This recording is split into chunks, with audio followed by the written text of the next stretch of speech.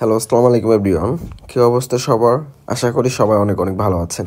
তো যারা ইউরোপ যেতে চাচ্ছেন, যে বাংলাদেশ থেকে ইউরোপের ভিসা প্রসেসিং করবেন, তাদের জন্য আজকের এই ভিডিওটা খুবই গুরুত্বপূর্ণ এবং আজকের এই ভিডিওটা আপনাদের জন্য খুবই হেল্পফুল হতে চলছে এবং একটা সুখবর আপনাদেরকে আমি দিব।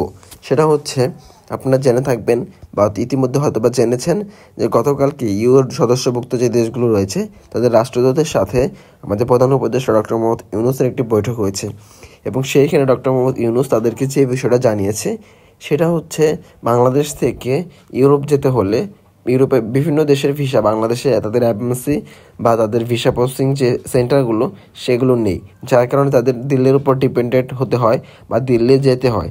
এখন বাংলাদেশ থেকে বাংলাদেশিদের উপর ভারতীয় ভিসা হচ্ছে যাচাই বাছাই কঠোর করার কারণে অনেকেই ভিসা পাচ্ছেন না বা অনেকের ক্ষেত্রে ভিসা হচ্ছে না।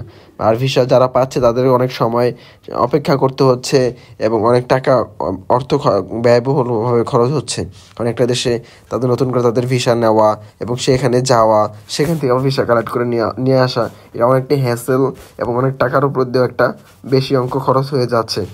যার কারণে ডক্টর মোহাম্মদ ইউনূস ইউরোপীয় ইউনিয়নের অন্তর্ভুক্ত যে সকল দেশগুলো রয়েছে এবং ইউর যে প্রধান রাষ্ট্রদূত রয়েছে তাদেরকে সকলকে তলব করেছে এবং তাদেরকে এই বিষয়গুলো তুলে ধরেছে যে বাংলাদেশিদের কী ধরনের সমস্যা হচ্ছে তাদের অ্যাম্বাসি বা ভিসা সেন্টার না থাকার কারণে। তারা বিভিন্ন দেশ ডক্টর ইউনূসকে আশ্বস্ত করেছে যে বাংলাদেশে তাদের অ্যাম্বাসি কিংবা ভিসা সেন্টার তারা চালু করবে যাতে বাংলাদেশিদের সুবিধা হয়। অন্যথায় তারা বর্তমানে ইন্ডিয়া ব্যতীত অন্যান্য যে দেশগুলো রয়েছে ভিয়েতনাম, তারপর হচ্ছে আপনার কাজাকিস্তান, দেন হচ্ছে আপনার থাইল্যান্ড, এই সকল দেশগুলোতে চাইলে ভিসা প্রসেসিং করতে পারবে। পরবর্তীতে খুব শীঘ্রই বাংলাদেশেও এই ভিসা সেন্টারগুলো চালু হয়ে যাবে। এর মধ্যে বর্তমানে অনেকগুলো দেশ বাংলাদেশে অলরেডি ভিসা সেন্টার চালু করে ফেলেছে, যার মধ্যে ক্রোয়েশিয়া এবং বুলগেরিয়া বাংলাদেশ থেকেই অফিসিয়ালভাবে তারা ভিসা যাচাই বাছাইকরণের একটি অ্যাম্বাসি প্রতিষ্ঠা করবে বলে জানিয়েছে। অন্যদিকে আপনার হচ্ছে রোমানিয়া, চেক রিপাবলিক এবং নর্থ ম্যাসেডোনিয়া থেকেও ঘোষণা এসেছে যে তারাও বাংলাদেশ থেকে সরাসরি কর্মী নেওয়ার জন্য তাদের অ্যাম্বাসি বা ভিসা সেন্টার চালু করবে।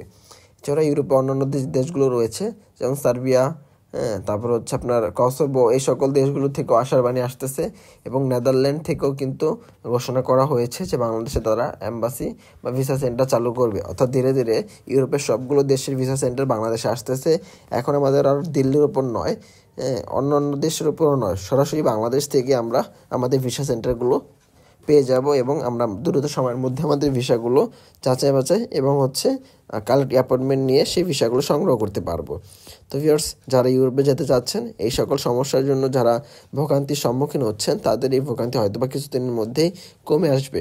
কারণ যারা স্টুডেন্ট ক্যাটাগরিতে হচ্ছে ফর্ম ফিল আপ করেন বা অ্যাডমিশনের জন্য অ্যাপ্লাই করেন সেক্ষেত্রে ইন্টার ভিসা পেতে পেতেই 3-4 মাস সময় লেগে যায়।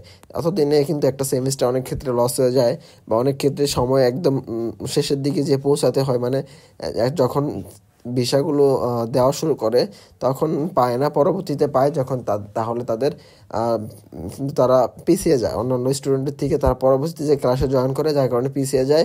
এছাড়া অনেক ক্ষেত্রে অনেক রকম হ্যাসেলের শিকার হতে হয় এবং যারা মেয়ে রয়েছে তারাও অন্য আরেকটা দেশে যে ভিসা কালেক্ট করে আনাটা তাদের জন্য অনেকটি কষ্টকর হয়ে যায়। যেমন যারা হচ্ছে মেয়ে তারা বাংলাদেশ থেকে ইন্ডিয়া যে ভিসা কালেক্ট করা তাদের জন্য থাকা, খাওয়া এবং সংগ্রহ করা অনেকটাই কষ্টকর। তো এগুলো বাংলাদেশে চালু হলে আমাদের জন্য খুবই ভালো হবে। আশা করি খুব দ্রুত এগুলো চালু হয়ে যাবে। সবাইকে অসংখ্য ধন্যবাদ ধৈর্য ধরে সম্পূর্ণ ভিডিওটা দেখার জন্য। দেখা হবে পরবর্তী কোনো এক ভিডিওতে। সে পর্যন্ত সে ভালো থাকবেন, সুস্থ থাকবেন এবং অবশ্যই আমাদের চ্যানেলটি সাবস্ক্রাইব করে আমাদের সাথেই থাকবেন। যারা ফেসবুক পেজ থেকে দেখতেছেন অবশ্যই ফেসবুক পেজটি লাইক করে ফলো করে দিবেন। আসসালামু আলাইকুম।